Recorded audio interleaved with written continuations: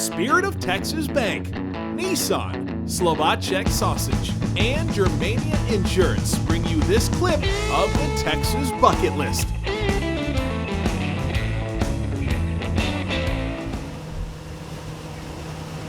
Howdy, and welcome to the Texas Bucket List, the show dedicated to everything there's to see, do, and experience right here in the Lone Star State. My name is Shane McAuliffe, and this week we start things off at a festival where they have a cotton-picking good time. We're heading to Burton to visit one of the oldest operating cotton gins in the country at the Burton Cotton Fest. Every third weekend in April, the small German town of Burton has a big old party. With a population right around 300, this annual festival brings in thousands, and it's all for the gin. The cotton gin, that is. It takes a village to put it on. Linda Russell has lived in Burton for over 30 years, and for the past 26, they've celebrated their Lent lineage with a soft celebration dedicated to the cash crop that kept food on the table in Washington County. Our story's not about Burton. Our story's about cotton. Our story's about the legacy of cotton and those precious people that dedicated their life, the farmer. I just can't say enough about a debt of gratitude that we have for them. Between the street festival, tractor pull, and car show, there's plenty to weave through. But the attraction that brings in the bushels is Burton's 101-year-old cotton gin, the oldest operating cotton gin in the country. It was like the Hilton of cotton gins in its day. Built in 1914, the gin was one of thousands across Texas and the second in Burton. It all started when 13 local farmers got together and created the Burton Farmers Gin Association and built the first local gin that could vacuum cotton right to where it needed to be. It all starts with some serious horsepower. We all clear? Clear! The festival is the only time of year that this piece of Texas history gets fired up. We're running this engine on diesel fuel, but it'll run on any type of crude oil petroleum that you can get thin enough to go through the system. It all starts with an old engine that's one of a kind. The Bessemer engine that powers the gin is the largest internal combustion engine of its vintage, 1925, that still operates in America. Two-cylinder, about 5,400 cubic inches per cylinder. It's big. My heart just pounds when that engine starts firing up. It's just like, and it gets more powerful, and it's just an exciting feeling. And we're running.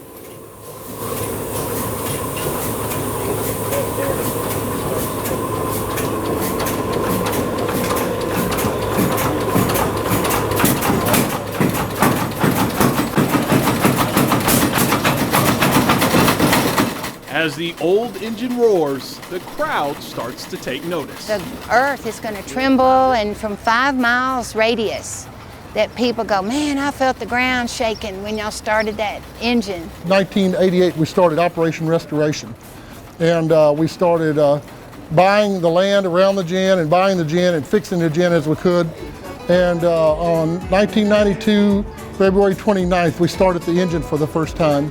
Ronnie Stanley helps head up the Burton Cotton Gin Museum, and his great-grandfather was one of the original shareholders of the gin.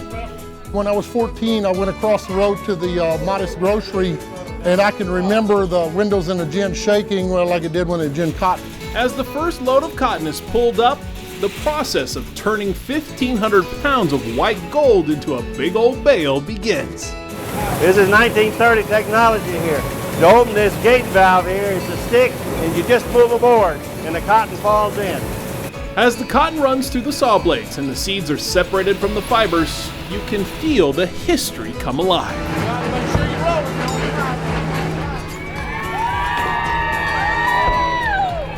Do it again! It's amazing how, and it still works.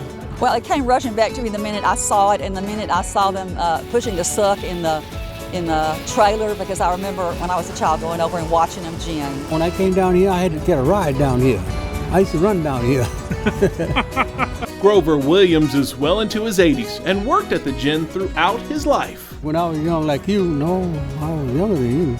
I could pick 300 pounds of clean cotton and then thought nothing of it. About 3 years ago, I picked 52 pounds of cotton, you know, and I still feel it.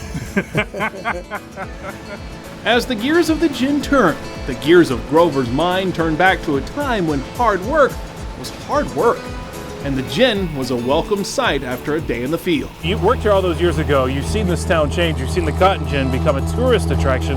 Is it surreal to see people come here just to come see this thing? Yeah, just come to see it. Very educational to some people, but yeah. For you, it's just your old job. That's my whole job.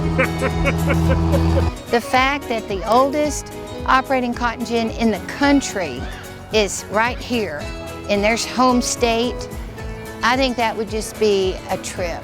This is certainly a part of history. It would be an incredible story that could pass down. And it can be passed down if they just come here and look around and do a tour of the gin and realize how it was done in the older days. It's been a long, long time since I've seen a barrel of cotton gin, and it brought back a lot of wonderful memories for me. People can come here and go back in the past 100 years ago and see what technology was like, and it's just a great feeling. So it would just be a moment to share with your children, with your family, and we embrace that. And just keep that legacy of cotton alive for all generations, you know, not just those that lived it, but we appreciate it.